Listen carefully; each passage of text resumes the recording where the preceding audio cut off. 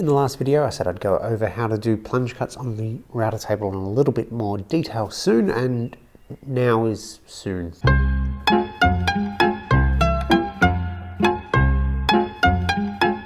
Plunge cuts on the router table pose quite a few questions. The first we'll address is why? Well, stopped grooves is basically the answer. When you're making a box, like I did in the last episode, you'll often have panels that you want to insert in. In some of the grooves, you'll be able to do a through groove, which you could do on the table saw or regular passer on the router table going through. But for some of them, if you don't want the panel being exposed or the groove being exposed, you need to do a plunge cut. Another good why question is, why use the router table at all? Why not use a plunge router?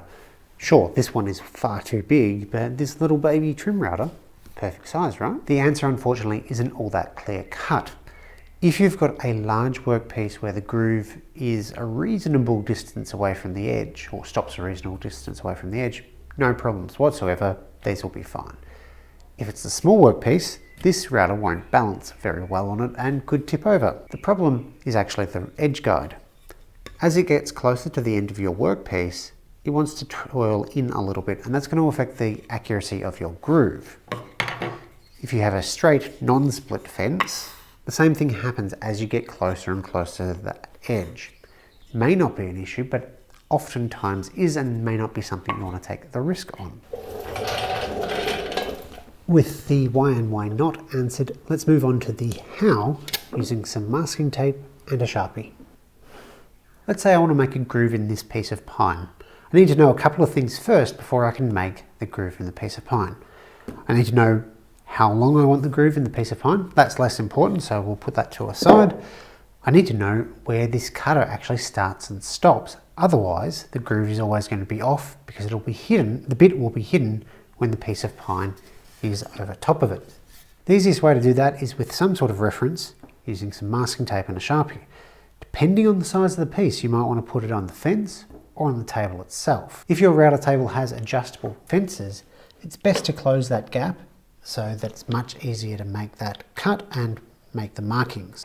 In this example, I'm going to set up a piece of tape on both the router table and on the router table fence.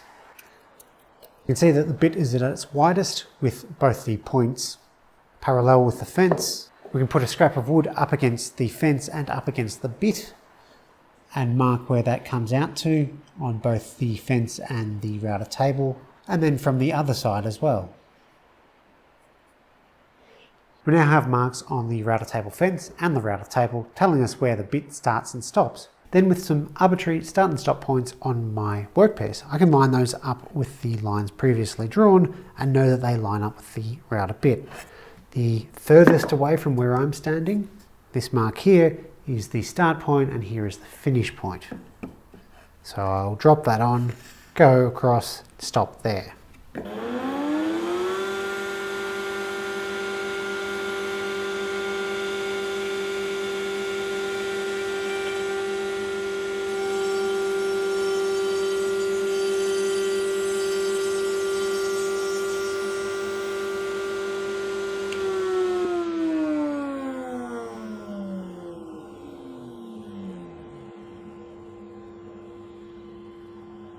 If for whatever reason you don't like the idea of using some lines on masking tape as your start and stop points, you can use a pair of stop blocks or a single stop block, whether that's something fancy in the T-track or in this case just a scrap piece of wood clamped to the fence. However, they come with their own sets of downsides that you do need to be aware of. In this case, if I put the workpiece in its start position lined up with those marks, I actually couldn't put a stop block on this end. Is it a start block? Either way, I can't put a block here to indicate where I need to start, so I still would need some sort of indicator, like masking tape. I could put an auxiliary piece down, make a longer fence, but by the time I do that, I may as well have just drawn on the router table itself. For the stop block side though, it works fine because this is a weird offset sort of cut. The advantage of using a stop block is you do get that physical stop. You just need to make sure that you don't run into it too hard and that you've secured it properly. If you're using T-track, I'd recommend using 2 bolts to hold it in because it'll just stop it from twisting. Just like using a router for mortising, you'll end up with a groove that is rounded at the edges. You've got two options. You can either round your panel to fit it in, or an easier option is usually to just square off the corners with a chisel. This is really hard to do and not get in frame. It's also important to know what bits to use and, probably more importantly, what bits to avoid. In an ideal situation, you will use a spiral upcut bit. These provide the best dust extraction. They will draw the workpiece down for you automatically, and they'll leave a pretty clean cut in most circumstances. You may need to do some cleanup around the surface of the cut, but not the trench itself. Straight bits, the standard 2-cutter type, can be used, but you do need to be aware that not all straight cutters are created equally. Some of them will have a cutter all the way across the top of the bit, but not all of them will. If you don't have that cutter across the top of the bit, it is more difficult to plunge. It's not impossible, but because the material is not being removed in the middle, you will sort of have to shimmy it back and forth or do multiple passes at multiple depths. You can buy straight bits that are still pretty inexpensive that will often be called mortising bits or plunge straight bits, and I would recommend them over a regular straight bit just for ease of cutting. It's also important not to use a spiral downcut bit. The way that a spiral downcut bit is to push the fibers down, it leaves you a very clean plunge cut. But on a router table, that means it's going to be pushing up the whole time.